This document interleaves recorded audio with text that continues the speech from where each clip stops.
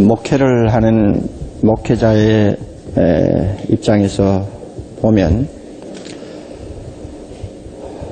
예수를 믿는 사람이라고 해서 반드시 고통을 면제받는 것이 아니라는 것을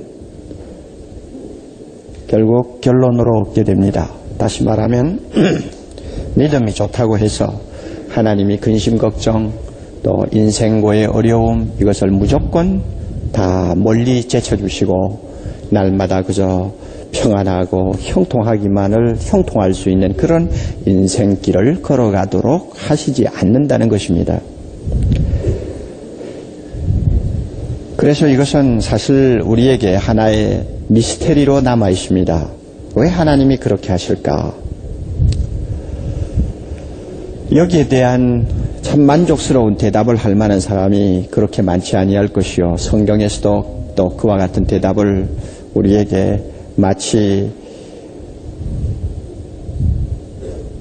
칼로 베듯이 선명하게 가르쳐 주지를 않습니다. 만일 우리 중에 예수를 믿는 목적이 장차 구원받는 문제도 있지만은 우선 이 고통을 좀 덜어보자. 인생을 좀 형통하게 좀 복되게 살아보자 하는 이런 어떤 마음에서 예수를 믿는다고 하면 그 예수 믿는 분들 갈수록 상당히 딜레마에 빠질 위험이 있습니다. 왜 그런가 하면 예수 잘 믿는다고 해서 꼭 고통을 하나님이 완전히 제거해 주시지를 않기 때문입니다. 그래서 예수 믿는 사람들 중에 이 딜레마에서 헤어나지 못하고 일생 동안 허우적거리다가 끝나는 것들을 자주 봅니다. 오늘 제가 이 고난을 비관하지 말라, 고통을 비관하지 말라 하는 제목을 붙였습니다만은 사실 이 고통이 뭐냐 하고 묻는다면 이것도 또 대답하기가 대단히 어렵습니다. 고통이라고 하는 대상을 놓고도 어떤 사람은 그것을 고통이 아닌 걸로 생각할 수도 있고 어떤 사람은 큰 고통으로 또 받아들일 수도 있기 때문입니다. 꼭 의학자들의 어떤 연구를 빌리지 않더라도 고통을 보는 시각이 동일한 고통에 대해서도 상당히 차이가 있다는 것을 압니다. 동물은 사람보다도 아픔을 덜 느끼는 것이 사실입니다. 그리고 같은 고통이라도 인종에 따라서 느끼는 것이 틀린다고 합니다. 흑인은 백인보다도 고통을 강하게 느끼고 동양 사람은 흑인보다도 더 고통을 예민하게 느낀다고 합니다. 어떤 연구에 의해서 그와 같은 결론을 내리는지는 모릅니다만 그렇다고 합니다. 그리고 남자보다도 여자가 훨씬 더 똑같은 고통에 대해서 더 예민하게 반응을 한다고 합니다. 그리고 젊은이보다도 노인이 고통을 더 심하게 느낀다고 합니다. 이렇게 보면 동일한 고통을 놓고도 사람 따라서 그것을 고통이라고 해석할 수도 있고 고통이 아니라고 가볍게 넘길 수도 있다는 것입니다. 사실 오늘 우리가 읽은 이 본문 에레미야라고 하는 참 놀라운 위대한 선지자가 기록한 말씀인데 이 에레미야가 이 본문을 기록할 때 당하던 그 고통에 우리가 비교를 한다면 우리가 당하는 고통은 아무것도 아니라고 말을 해야 할 것입니다. 에레미야는 가정생활을 완전히 포기한 선지자였습니다. 인생을 즐겁게 산다 하는 것은 상상도 못하고 한 생을 참 하나님의 손에 붙들려서 일을 한 선지자요. 그렇다고 인간들에게 무슨 사람들에게 대우나 받았느냐면 대우 한 번 받지 못했습니다. 날마다 조롱거리요 멸시와 천대를 받고 하나님이 말하라고 하는 것을 그대로 말하지 아니하면 안 되는 그런 벅찬 짐을 안고 살았던 사람입니다.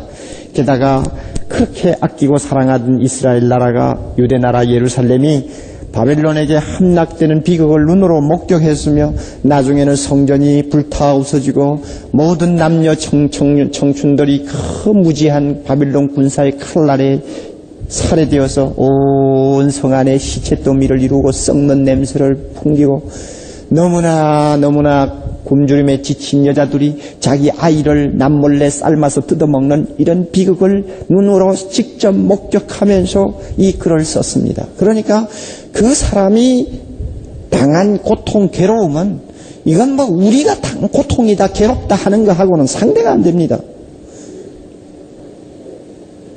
사실 어떤 같은 목사라도 우리가 존경하는 그 김정권 박사의 그 고통에 옥 목사가 당하는 고통을 비교하면 이 옥 목사의 고통은 사치스러운 하나의 뭐 노랫가락이라고 할 정도입니다. 그분의 글을 제가 읽어보았더니 그래요.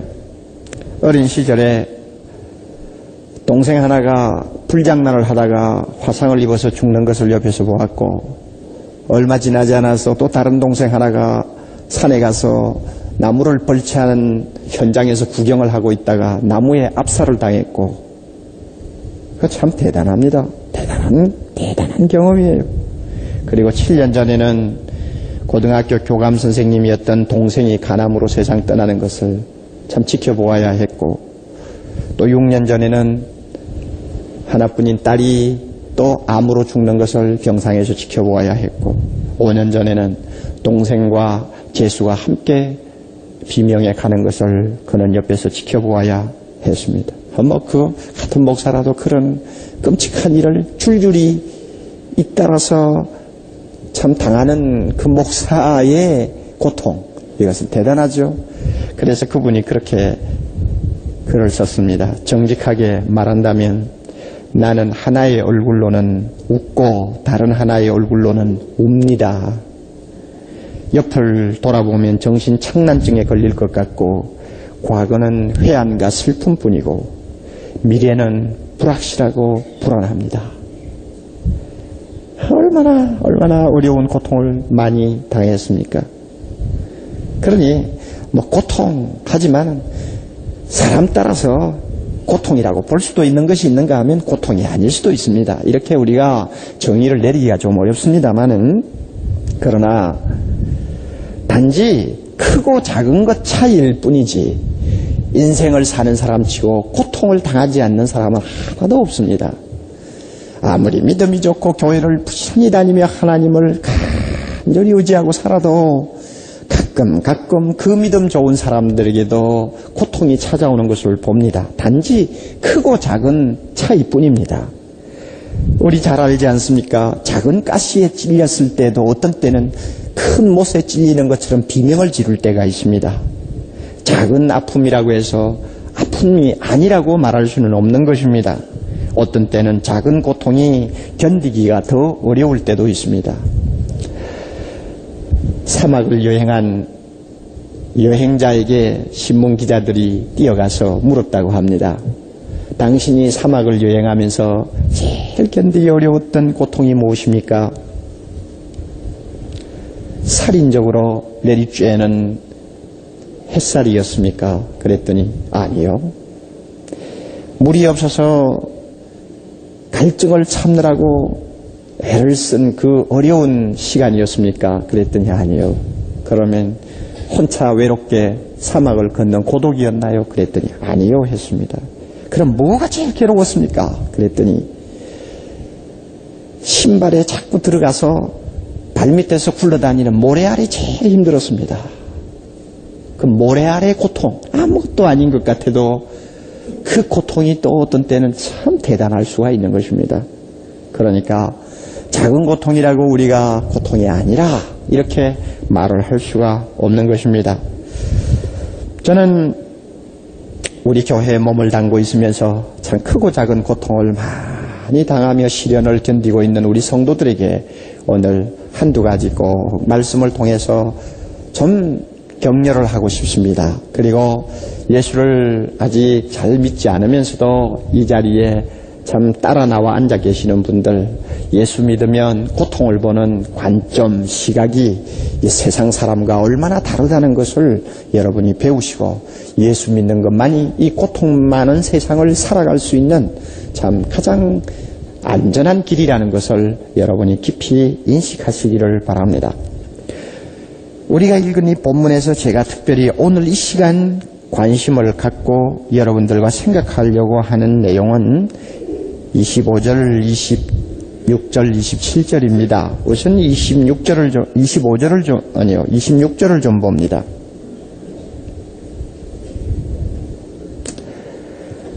사람이 여호와의 구원을 바라고 잠잠히 기다림이 좋도다. 이 잠잠히 기다린다는 것은 어려운 고통 속에서 감내하면서 기다리는 것이 좋다. 인내하는 것이 좋다는 그 말입니다. 좋다 그래요. 나쁘다 하지 않고 좋다 그럽니다. 그리고 27절은 사람이 젊었을 때에 멍에를 매는 것이 좋다.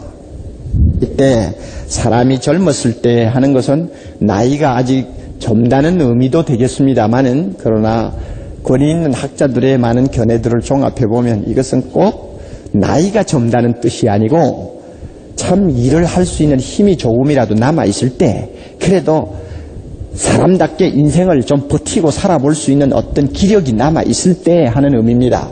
꼭 젊었다는 뜻이 아닙니다. 나이가 몇 살이든 간에 그래도 인생을 한번 살아볼 패기가 있을 때에는 그 고통이라고 하는 멍에를 좀 메고 있다고 해서 나쁜 것이 아니고 뭐라고 합니까? 좋다. 고통을 좀 메고 고생하는 것도 좋다 그 말입니다. 여기서 말이죠. 이 좋다는 말, 이거 우리가 주의를 좀 해야 합니다. 좋다는 말이 선하다는 뜻이거든요. 25절에 보면 이 우리나라 번역에는 약간 좀 어떻게 보면 좀 흐릿하게 되는데, 보세요. 무릇 기다리는 자에게나 구하는 영혼에게 여호와께서 선을 베푸시는도다. 뭐 의미는 좋습니다만은 원래 이 본문을 좀 더 바르게 해석하려면 이렇게 해야 합니다. 번역하려면 무릇 기다리는 자에게나 구하는 영혼에게 여호와는 선하시도다, 좋으시도다 하는 말입니다. 여호와는 좋으시다, 좋다 하는 말입니다. 그러니까 25절부터 27절까지 좋다는 말이 3번 연속 반복되는 것을 여러분이 주의하시면 좋습니다.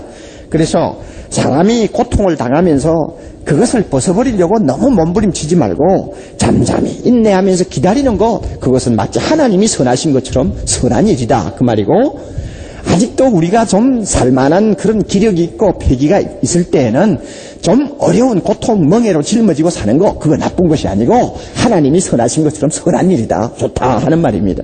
여러분 이해가 갑니까? 이 견해를 받아들일 수가 있어요? 고통을 놓고 선하다, 좋다, 그 고통이 우리에게 나쁜 것이 아니다, 이렇게 주님이 말씀을 통해서 우리에게 주시는 이 메시지, 이것은 우리가 본능적으로 받아들이기가 대단히 어렵습니다. 우리 모두는 다 고통은 거부합니다. 부정합니다. 절대 긍정적인 시각을 가지고 고통을 보지를 않습니다. 저나 여러분이나 고통을 즐기는 사람은 아무도 없습니다. 그럼에도 불구하고 하나님은 말씀하시기를 고통을 짊어지고 한번 인생을 사는 것도 나쁜 것은 아니다, 그렇게 말합니다. 그리고 더 기가 막히는 이야기가 28절이죠. 혼자 앉아서 잠잠할 것은 주께서 그것을 메우셨습니다. 고통, 그것은 내가 끌어들였다기보다는 하나님께서 뜻이 있어서 나에게 메워주셨다, 그렇기 때문에 그것은 나쁜 것이 아니다 하는 이야기입니다. 우리가 이 고통을 긍정적인 시각으로 본다는 것은 상당한 수준이 아니면 어렵습니다. 저나 여러분이나 오늘 이 시간 이 말씀을 통해서 이 고통을 좀 더 새로운 차원에서 볼 줄 아는 믿음의 사람이 되는 것이 우리의 인생을 행복하게 가다듬는 지름길이 아닌가 생각을 합니다. 우리에게는 대단히 심각한 문제가 하나 있습니다. 그것은 뭐냐 하면 너무 인생을 순진하게 본다는 것입니다. 다시 말하면 그저 인생이 행복해야 된다, 눈물도 없고 아픔도 없고 심지어 병도 한번 앓지 않고 오래 장수하면서 풍요롭게 한 생을 살면 그것이 성공한 것이요, 그렇게 살아야만이 그 사람이 인생을 복되게 사는 것이다, 뭐 이런 식으로만 자꾸 생각하는 버릇이 있다 그 말입니다. 그래서 고통, 그것은 불행이다 하는 도식을 자기 나름대로 만들어 놓고는 모든 것을 그 도식에 맞추어서 해석을 합니다. 고통은 불행이다, 고통은 불행이다. 그러니 어떤 연유로 인해서 오는 고통이라도 고통을 불행으로 보기 때문에 그것을 무조건 피하는 것이 행복의 길이라고 생각합니다. 나중에는 지나칠 때에는 수단과 방법을 가리지 않고 그 고통을 무조건 피하려고 합니다. 고통을 피하고 고통 없는 형편만 얻으면 그것은 바로 행복한 삶이라고 하는 강박관념이 우리 가슴에 꽉 잡혀 있습니다. 그러니까 오늘날 현대인들 어떻습니까? 얼마나 무서운 사람으로 바뀌는지 알아요? 그래도 지금부터 100년 전에는 사람들이 일생 동안 가난이라는 고통을 안고 살면서도 긍지를 가지고 살 수 있는 뭐 좀 배짱이라도 있었는데, 오늘날 사람들은 가난이라는 고통은 불행이라고만 해석을 해버립니다. 그러므로 어떤 수단 방법을 동원해서라도 가난을 면해야만이 된다고 했고, 가난을 면하면 사람 대우 받을 수 있다는 생각을 합니다. 그렇게 생각이 돌아가니까 옳고 선한 것을 가리나요? 무조건 벌어놓고 보자고 하는 사람이 됩니다. 결국 도덕성이 땅에 떨어지는 것이죠. 성경이 그렇게 가르친다고 생각합니까? 성경이 그렇게 가르칩니까? 실패도 없고 고통도 없는 삶을 무조건 행복이라고 가르치나요? 만약 그런 식으로 알고 예수를 믿는다면 오늘부터 예수 믿는 거 포기하셔야 됩니다. 성경은 절대 그렇게 가르치지 않습니다. 우리가 일단 세상에 태어나서 한 생을 살면 도대체 세상이 무엇인가는 알고 살아야죠. 성경에 세상을 뭐라고 정의하고 있습니까? 우리보다도 훨씬 팔자 좋게 살았던 솔로몬도 세상을 뭐라고 정의합니까? 일생의 근심과 수고로 얼룩진 슬픔의 현장이다. 이게 솔로몬의 결론이요.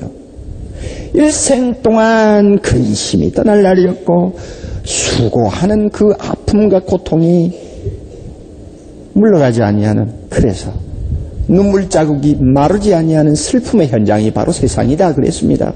이런 세상을 살면서 고통을 하나도 받지 않고 살겠다는 그 생각이 있다면 얼마나 천진난만합니까? 바울은 뭐라고 그랬나요? 우주 만물이 함께 탄식하면서 함께 고통하는 곳이 세상이라고 그랬습니다. 온 우주 만물이 고통하고 탄식하는 것이 세상이라면 그 탄식과 고통 속에서 내 혼자 탄식하지 않고 고통하지 않으면서 한 생을 살 수 있다고 생각하는 그 자체가 얼마나 순진하느냐 그 말입니다. 사가랴는 뭐라고 말했는지 압니까? 어두움과 죽음의 그늘이 바로 세상이라고 했습니다. 어두움과 죽음이 짙게 그늘을 지우고 있는 이 땅에 살면서 고통 없이 한 생을 호의호식하면서 즐기면서 살 수 있다고 판단한다면 아예 세상에 태어나지 말아야 할 것입니다. 저는 그런 생각을 가지고 그것이 행복이라고 알고 추구하는 젊은이들이나 오늘날 세상에 있는 사람들 보면 참 철부지 같은 사람들이다, 나는 그렇게 느낍니다. 세상이 무엇인지도 모르고 태어나서 살고 있어요. 왜 이 세상을 사는 일에 고통이 이렇게 떠날 날이 없이 많은가? 우리가 신학적으로 논하면 인간의 죄와 하나님의 저주 때문이라고 대답하면 간단히 끝납니다. 그러나 그 문제는 우리가 좀 제쳐놓고 잠깐 접어두고 말입니다. 이 세상에 태어난 이상 고통과 괴로움을 배제하고 전혀 근심이 없는, 눈물이 없는 인생길을 걸어가는 것은 거의 불가능하다는 것을 저는 4가지로 증명할 수 있습니다. 우리가 이 현실을 분명히 알아야 합니다. 일반적으로 4가지를 이야기합니다. 왜 세상이 고통이 떠날 날이 없느냐? 첫째는 하나님이 주신 불변의 자연법칙 때문이라고 말할 수 있습니다. 하나님이 주신 불변의 자연법칙, 예를 들면 만유인력 같은 것입니다. 예를 들면 물속에 들어가면 빠져 죽는 그런 법칙입니다. 이런 도무지 인간의 힘으로 바꾸어 놓을 수 없는 법칙이 있어요. 이 법칙 때문에 인간 사회에는 말로도 할 수 없는 비극들이 일어납니다. 비행기를 타고 가다가 추락하는 거, 그 자연사죠. 길에 고장나면 추락할 수밖에 없습니다. 만유인력이죠. 높은 절벽을 겁없이 타고 오르다가 실족하면 그것은 죽게 되어 있고 아니면 병신되게 되어 있습니다. 하나님이 뭐 믿는 사람이든 안 믿는 사람이든 공동으로 적용하는 만유의 법칙입니다. 자동차를 몰면서 과속을 하면 반드시 사고 나게 돼 있고, 사고 나면 병신이 되든지 아니면 죽는 거, 이것은 아무도 피하지 못합니다. 하나님이 이 지구상에 이 자연을 움직이기 위해서 하나님이 남겨놓으신 법칙인데, 이 법칙이 상존하는 이상 이 법칙을 조금이라도 어기든지 이 법칙을 뛰어넘으려고 할 때 인간은 불행해지게 되고 인간은 고통을 당하게 됩니다. 그런데 우리가 한 생을 살면서 이 법칙을 조금 더 어기지 않고 그 선을 넘어가지 않고 한 생을 살지는 못합니다. 나도 모르는 사이에 과속을 할 수도 있고 다른 사람이 과속을 할 수도 있고 나도 모르게 좀 더 위험한 곳에 올라갔다가 추락할 수도 있는 것입니다. 이런 법칙이 있는 이상 이 세상은 고통이 항상 따라오게 되어 있습니다. 이 점을 우리가 알고 살아야죠. 또 하나 세상에는 고통이 떠날 수가 없다는 이유가 있습니다. 그것은 이 세상의 진화론적인 성격 때문에 그렇습니다. 진화론적인 성격이라는 말은 이 계속 발전하는 성격 때문에 그렇습니다. 우리는 무엇이든지 처음에는 저급한 데서 출발하고 불완전한 데서 첫걸음을 내딛습니다. 그래서 더 나은 것을 향해서 몸부림치는 것이 인생사라고 말할 수 있습니다. 동물의 수준에 살다가 문화인의 수준으로 올라가기 위해 얼마나 그동안 인간은 몸부림치며 많은 희생의 대가를 치루었습니까? 무지에서 지성인이 되기 위해서 미신과 가난에서 풍요한 생활을 누리기 위해서 그동안 우리가 땀 흘리며 눈물 흘리며 희생한 대가를 우리는 말로 표현할 수가 없습니다. 한마디로 발전하기 위해서는 희생이 따르고 남보다도 앞서기 위해서는 눈물과 피땀이 쏟아져야 되고 좀 더 보람 있는 일을 하기 위해서는 고생 안 하고는 도무지 그 고지를 달아날 수 없는 것이 세상입니다. 하나님이 이 땅 위에 남겨놓은 법칙입니다.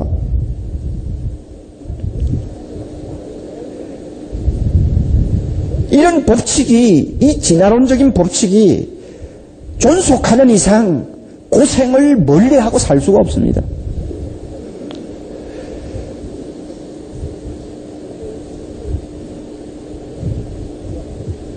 우리 교회 테이블 참 열심히 듣는 유학생 부인이 있습니다.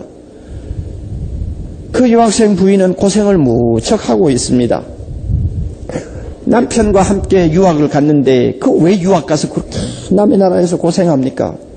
그 좀 나은 좀 인생을 살고 싶은 그 어떤 욕망 때문에 그렇지 않습니까? 좀 더 보람되게 살겠다는 그런 어떤 투지 때문에 그런 고생을 스스로 자초하면서 사는 것입니다. 얼마나 경제적으로 어려운지 며칠 전에 온 편지 보니 벌써 남편이 매일 아침 새벽 3시 반에서 4시에 깨워가지고는 신문 배달을 한두 시간 하는 것이 벌써 몇 년이 되었다고 합니다. 박사학위 하는 사람이 신문 배달하고 다녀요. 신문 배달을 하면서 고생을 하고 집에 돌아오면 부인과 함께 예배 드리고 그 다음에 학교를 간다고 말입니다. 그런 사람구만 여기서 어디 직장에 취직이나 했으면 그저 고생하지 않고 가정 잘 꾸려나갈 텐데 그렇게 고생하는 이유가 뭡니까? 그 다 뭔가 좀 남보다 나아야 되겠다 하는 생각 때문에 그런 고생합니다. 이런 법칙이 이 땅 위에 있는 이상 고생 없는 인생을 살겠다. 그것은 차라리 삶을 포기하는 편이 낫죠. 세 번째로는 도덕적인 선택의 책임 때문에 그렇습니다. 고생이 없을 수가 없습니다. 우리 인간은 자동기계가 아닙니다. 선택의 능력과 의무를 갖고 있습니다. 그래서 옳은 것을 선택하든지 나쁜 것을 선택하든지 아무튼 순간순간 우리는 선택을 해야만이 걸음을 옮길 수 있는 존재로 하나님이 지어 놓았습니다. 그런데 우리 보세요. 선택 때문에 인생이 얼마나 많은 고통과 불행을 겪는지 모릅니다. 선택을 피할 수는 없습니다. 눈을 뜨면 나는 무엇을 할 것인가를 선택해야 되고 하루를 지나고 나면 내일은 어떻게 할 것인가를 선택하는 것이 우리 모두 책임이요. 그런데 이와 같은 선택을 해야 되는 책임을 지고 있는 인생은 하나에서 10까지 다 완전한 선택을 할 수는 없는 것 아닙니까? 그러니 나도 모르게 선택을 잘한다고 했는데 잘못된 선택을 할 수가 있는 것입니다. 그래서 본의 아니게 고통을 당하게 되며 불행을 겪게 되는 세상입니다. 우리 이거 부정하면은 세상을 살 수가 없죠. 지금 평양에 가 있는 임 모양은 분명히 선택 잘못했습니다. 그거 어떻게 철이 없어 그랬는지 아니면은 뭐 헷가닥해서 그랬는지 모르지만 참 참 기가 막힌 선택을 한 것입니다. 그 한순간의 선택이 그 아가씨의 장래를 얼마나 어둡게 만들고 있다는 걸 우리는 내다보고 있지 않습니까? 선택에는 책임이 따릅니다. 그런데 우리가 세상을 살면서 선택을 안 할 수가 없지 않습니까? 하나님이 주신 법칙인데, 그러니 선택을 하는 이상 경우에 따라서는 고생을 하는 것이 인생이라 그 말입니다. 또 하나는 복잡한 인간관계 때문에 우리는 고생을 피하지 못합니다. 외톨이가 되어서 인생을 살 수는 없지 않습니까? 얽히고 설킨 인간관계 속에서 우리는 함께 돌아가며 함께 휩쓸려 가면서 인생을 삽니다. 그런데 한 생을 살면서 인간관계를 처음부터 끝까지 조금도 탈이 없이 원만하게 그리고 완전하게 유지해 가는 사람은 한 사람도 없습니다. 그래서 어떤 경우에는 사람 하나 잘못 만나가지고 한 생에 너무나 고통을 당하는 사람이 있고, 어떤 경우에는 사람 하나 잘못 사귀었다가 그냥 일생을 망치는 경우도 있습니다. 그런데 이런 위험 부담을 많이 갖고 있으면서도 사람을 안 만나고 어떻게 삽니까? 그러니 여러분 한번 생각해 보세요. 제가 4가지를 이야기했습니다. 우리가 잘못하면 발을 헛디딜 수 있는 자연법칙이 있고요. 예? 그렇지 않습니까? 그리고 조금이라도 좀 나은 생활을 하고자 하는 이 욕망 때문에 우리는 모험을 해야 되고, 그러기 위해서는 고통을 우리는 피할 수가 없고요. 도덕적인 선택의 책임이 따르는 이상, 또 인간끼리의 관계를 초연하지 못하는 이상 우리는 이런저런 것으로 인해서 세상을 고통 없이 살기는 틀렸다 그 말입니다. 아무리 예수 잘 믿는 사람도 틀렸어요. 태어난 것이 팔자지 태어난 이상은 고통 없이 살 수 없습니다. 이것을 좀 알고 세상을 보아야지, 무조건 예수 잘 믿으면 그냥 막 태평성세를 누릴 것 같이 생각하는 그 순진난만한 그 사람, 그러니 모래알 같은 고통도 못 참지요. 정신병자가 자꾸 생기는 이유가 바로 이 세상을 잘 몰라서 그래요. 그러므로 우리는 이 세상이라는 현실을 좀 더 냉정하게 판단하고, 그 다음에 고통을 좀 긍정적인 눈으로 볼 줄 아는 시각을 가져야 합니다. 고통은 우리 인생사에 긍정적인 역할을 할 수 있다는 것을 믿어야 합니다. 그래서 하나님께서 고통을 우리에게 메어 주실 때도 있고, 그 고통을 메고 참고 기다리는 것도 선하다고 했고, 좀 힘이 있을 때는 좀 고생 좀 하는 것, 그것은 나쁜 것이 아니라고 하나님께서 말씀하는 것입니다. 자, 그렇다면 구체적으로 간단하게 2가지만 정리합시다. 왜 고통을 우리는 긍정적으로 보아야 하는가? 자, 첫째로 무엇이나 인생살이에서 가치 있고 보람된 것들은 전부 땀과 눈물의 고통을 통해서 찾아오게 되어 있기 때문에 그렇습니다. 보람된 것을 한번 여러분이 얻기를 바랍니까? 고통 없이는 절대로 보람된 것이 오지 않습니다. 우리 중에 말이죠, 지난 몇 년 동안 어려운 경제적인 시련 때문에 고통을 치룬 사람, 이제 겨우 숨을 돌리고 이제 좀 정상적인 생활로 돌아온 사람에게 가서 물어보십시오. 아, 지난 몇 년 동안 고생 많이 하셨죠? 하면 그 사람, 믿음이 있는 사람이라면 반드시 이렇게 대답할 것입니다. 예, 고생은 좀 되었지만 저에게 굉장히 유익한 기간이었습니다. 틀림없이 그 말합니다. 건강이 좋지 못해서 수개월 동안 그야말로 이거 사느냐 죽느냐의 고비를 몇 번 넘으면서 어려움을 겪었던 사람, 회생한 다음에 한번 찾아가서 물어보십시오. 정말 힘들었죠? 참 고생했습니다 하면, 예, 고생은 되었지만 저의 인생을 다시 한번 새롭게 바꾸어 놓은 굉장히 중요한 기간이었습니다. 그렇게 대답할 것입니다. 고생 없이 보람된 것이 찾아오지 않습니다. 하나님은 고생이라는 틀을 통해서 우리를 만드시지, 고생이라는 틀을 벗겨놓고 우리를 사람답게 만들지 않고 우리에게 보람된 것을 손에 안겨주지 않는다는 것, 우리는 분명히 알고 세상을 살아야 합니다. 특히 젊은이들 부탁합니다. 너무 고생 모르고 자라는 오늘날 젊은이들, 고생을 너무나 두려워하고 너무나 불안하게 여깁니다. 그리고 되도록이면 손쉬운 길로만 찾아가려고 하는 얄팍한 그런 생각을 가지고 인생을 살아갑니다. 그렇기 때문에 보람된 것, 가치 있는 것을 이루어 놓지를 못합니다. 진정한 기쁨을 맛보지를 못합니다. 욥은 뭐라고 합니까? 자기가 정금같이 단련된 인격은 고난을 통해서 만들어진 것이라고 분명히 그는 고백합니다. 루터는 뭐라고 말했는지 압니까?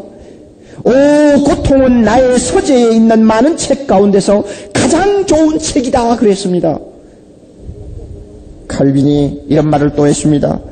고통이 없다면 우리의 믿음이 없어질 것이요, 고통이 없다면 우리의 소망을 테스트할 기회를 완전히 잃어버리고 말 것이다. 빅돌 유고는 우리가 잘 아는 말 한마디 했죠. 고통은 남자를 만들지만은 풍요는, 고생이 없는 풍요는 그 남자를 괴물로 만든다 그랬습니다. 이런 것들은 고통을 즐기는 이상한 취미를 말하는 것이 아니라 고통을 통해서 말로 다 할 수 없는 값진 것들을 얻을 수 있다는 것을 지금 이야기하는 것입니다. 우리가 잘 아는 세계적인 지휘자 토스카니니는 원래 시력이 몹시 나쁜 사람이었습니다. 그러나 음악적인 재질이 뛰어났기 때문에 그는 오케스트라의 바이올린 제1주자였습니다. 오케스트라가 있으면 바이올린 제1주자가 제일 책임자 아닙니까? 제일 중요한 사람이죠. 그런데 눈이 워낙 나쁘니까 연주할 때 일일이 악보를 보고 그 연주를 따라갈 수가 없어요. 그러니 연주를 포기하지 않는 이상 자, 어떻게 이 문제를 해결할 것이냐? 그것이 바로 그는 연주를 하기 전에 모든 악보를 완전히 외우는 일을 했습니다. 자기 파트의 것만 외우는 것이 아니라 남의 파트 것까지 다 외웠어요. 왜냐하면 남의 파트도 알아야 자기가 연주를 하니까. 그래서 남이 잠자고 있는 시간에 일어나서 눈을 비비면서 그 곡을 다 외우는 거예요. 땀을 흘리며 고통을 겪으면서 그 곡을 완전히 다 외워버리는 거예요. 그런데 어느 날 지휘자가 사고로 지휘를 못하게 되었습니다. 그랬더니 단원들이 자, 누가 대신 지휘할 것이냐? 곡을 다 외우는 사람을 내보내자 해가지고 토스카니니가 나갔습니다. 나갔는데 지휘를 기가 막히게 해버렸습니다. 곡을 다 외우니까. 그것이 명성이 되어가지고 그로 하여금 세계 불멸의 지휘자의 자리로 올려놔버렸습니다. 자, 여러분 보세요. 그가 그렇게 곡을 완전히 외움으로써 참 세계적인 지휘자가 되는 배후에는 뭐가 있었습니까?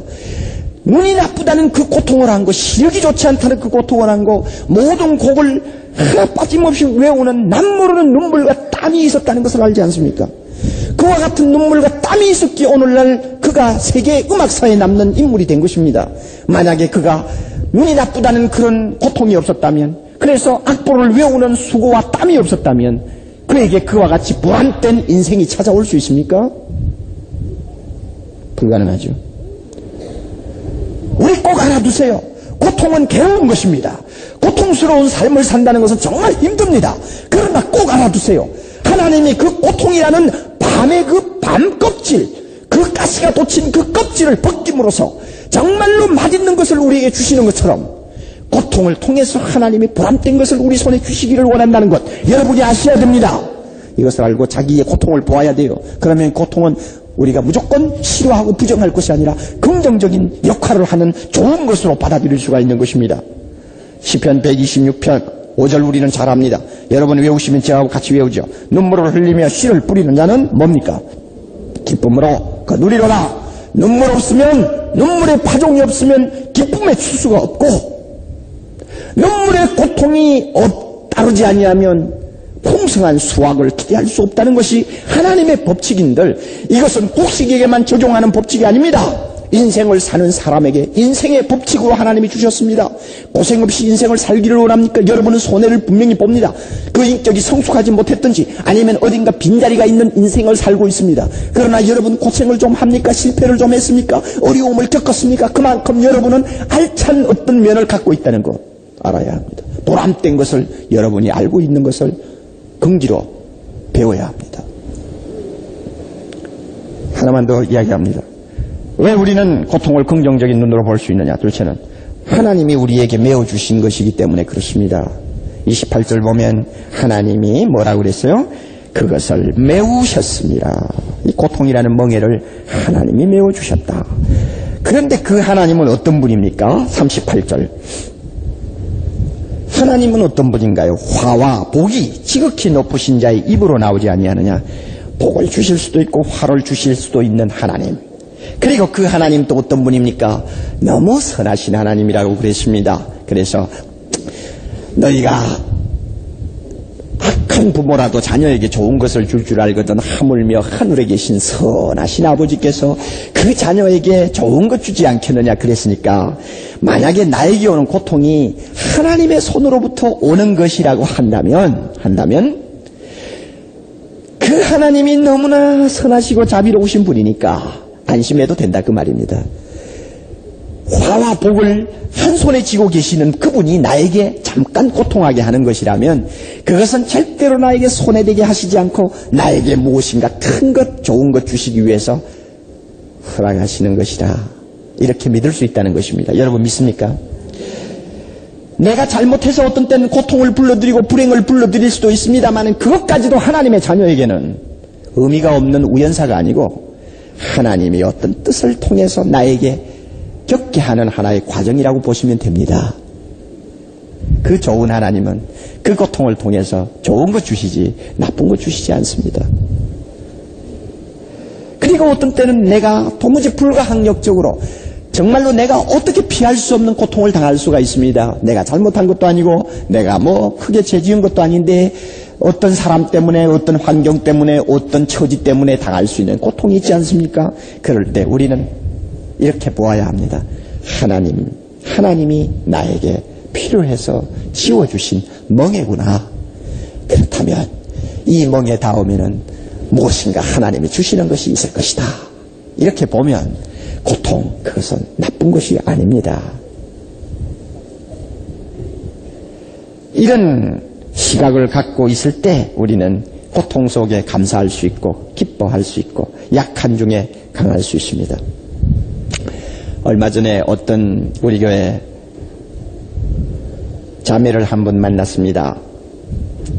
그 자매는 40대 초반인데 항상 보면 밝은 얼굴이요, 명랑하고 조금 더 어두운 그늘이 없는 자매입니다.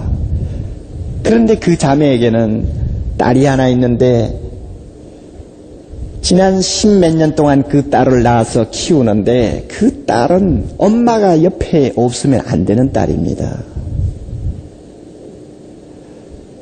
엄마가 밤낮없이 그냥 신경을 곤두세우고 돌보아 주어야 하는 딸입니다. 얼마나 피곤하겠어요. 그래서 제가 며칠 전에 만나서 집사님 참 어렵죠. 딸애 때문에 너무 고생이 많죠. 그랬더니 그 집사님이 생글 웃으면서 무슨 말을 하는지 알아요? 목사님, 저에게는 얼마나 큰 축복인데요. 그 애 때문에 저는 하나님의 마음을 읽고 있어요. 하나님의 마음을 이해할 수가 있어요. 그리고 그 애 때문에 아무리 제가 게으름을 피우고 싶어도 도무지 게으름을 피울 수 없는 생을 살게 됐어요. 그게 얼마나 저에게 큰 축복이에요. 그 말을 듣고 제가 고개를 푹 숙여버렸습니다. 오늘 차라리 그 여집사님이 나와서 고통에 대한 설교를 했으면 훨씬 잘할 뻔했어요. 나에게는 그런 고통이 없으니까 하는 말입니다. 그런데 그 집사님이 그렇게 말할 수 있는 배경이 뭘까? 좋으신 하나님이 자기에게 준 십자가라면, 멍에라면 그것은 겉으로 보기에는 괴롭고 고통스러운 것이지만 반드시 나쁜 것이 아니고 그것은 좋은 것일 수 있다는 믿음 때문에 그렇습니다. 믿습니까 여러분? 이거 믿음 없이 어떻게 그런 시각을 가지고 불행을 보고 고통을 봅니까? 그러니 그 고통을 일컬어서 목사님 그건 나에게 축복이에요. 그것 때문에 내가 하나님의 심정을 알 수 있어요. 그 말이 무슨 뜻인지 여러분 이해하실 것입니다. 게으르고 싶어도 게으르지 못해요. 얼마나 저에게 복이에요. 믿음 있는 사람만이 그와 같은 멋있고 값진 100만 불짜리 고백을 할 수가 있습니다. 하나님은 이런 자녀를 원합니다. 나와가 주여 나에게 이 고통 제거해 주십시오 하고 막 엄살 피우고 그냥 어리광 피우는 그 자녀도 하나님이 좋아하시지만, 그러나 그러나 속으로 참 내가 언제 사람 되겠노 생각하고 계실 거라고. 그러나 하나님 앞에 나와서 하나님, 나에게 뭔가 보람된 것을 발견하도록 하기 위해서 이 과정을 겪게 하시는 줄 믿습니다. 하나님 감사합니다. 하나님, 이 모든 고통도 하나님이 모르는 바가 아니고 하나님이 섭리하시는 것이라면 반드시 나에게 좋은 것 주실 줄 믿습니다. 감사합니다. 하나님, 그러나 너무 오래 그러지 마세요. 그러면 하나님이 오냐 알았다. 너 그렇게 오래 가겠냐? 그런 자녀를 보시고 하나님께서 그거 참 대먹었다, 쓸만하다 이렇게 생각하시는 것입니다. 그러니 여러분, 고통을 부정적으로 보지 마십시오. 우리 하나님 다 알고 계십니다. 제가 시 한 편을 여러분에게 소개해드리겠습니다. 충실한 인생은 장마와 햇살을 같이 본다. 달보다 청명한 하늘만 좋아하는 것이 아니라 장마도 본다 그 말입니다. 장마도 필요하다 그 말입니다. 자, 해에 구슬린 정경이여 인생의 구름이 일어나야 하겠는데 이슬이 나무와 꽃잎을 적실지라도 구름이 비를 품어주어야겠는데 힘찬 푸르름으로 인생이 살찌도록 말이다. 허나 무거운 짐을 실은 시련의 구름이 정신 속 깊이 생기를 주고 그 구름이 그대를 축복으로 채워주리니 변함없는 믿음으로 모든 것이 선한 역사를 이루리라. 괴로워 말지어다 두려워 말지어다. 먹구름이 몰려온다 해도 그것은 너의 인생을 푸르게 만들리라.